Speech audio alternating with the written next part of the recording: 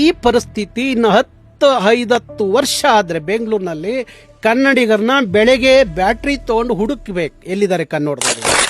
ಬೆಂಗಳೂರಿಗೆ ಬಂದಾಗ ನನಗೆ ಅನಿಸಿದ್ದು ಅವತ್ತಿನ ಸಂದರ್ಭಕ್ಕೆ ಬೆಂಗಳೂರು ಭಾರಿ ದೊಡ್ಡ ತಮಿಳುಮಯ ಬೆಂಗಳೂರು ಅವತ್ತಿನ ಕಾಲಕ್ಕೆ. ಶ್ರೀರಾಂಪುರದ ಬೀದಿಯಲ್ಲಿ ಕನ್ನಡವನ್ನು ಮಾತಾಡ್ಕೊಂಡು ಹೋದರೆ ಒಂದು ಮುಖದ ಮೇಲೆ ಕುರುಪು ಅಂತ ಹಾಕೋರು, ರೇಸರ್ ತಗೊಂಡು ಹೊಡೆಯೋರು ಮುಖದ ಮೇಲೆ. ಕರ್ನಾಟಕ ಎಂಬುದೇನು ಬರೀ ಹೆಸರೇ ಈ ಮಣ್ಣಿಗೆ, ಮಂತ್ರ ಕಣ, ತಾಯಿ ಕಣ, ಶಕ್ತಿ ಕಣ, ಚಲವ ಕೊಲವ ಚಂಡಿ ಕಣ ಅಂತ ಹೇಳಿ. ವಿನೋದ್ ಭಾವೆ ಅವರೇನು ಕರ್ನಾಟಕದವರಲ್ಲ, ಅವರು ಮೂಲತಃ ಮಹಾರಾಷ್ಟ್ರ. ಅವರು ಕನ್ನಡದ ಲಿಪಿಯನ್ನ ವಿಶ್ವಲಿಪಿಗಳ ರಾಣಿ ಅಂತ ಕರೀತಾರೆ.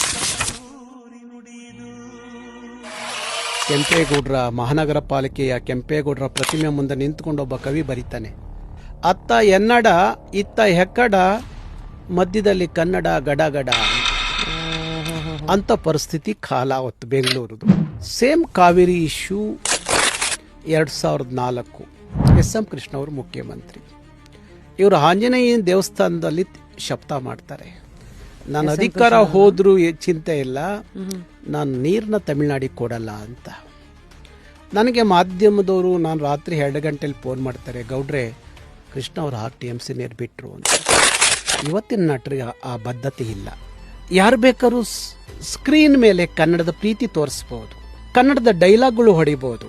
ಅವರು ನೈಜವಾದ ಕನ್ನಡದ ಪ್ರೀತಿ ಕಾಳಜಿ ಇದೆಯಾ ಅಂತ ಕೇಳಿದ್ರೆ ಅವ್ರಿಗಿರೋದಿಲ್ಲ.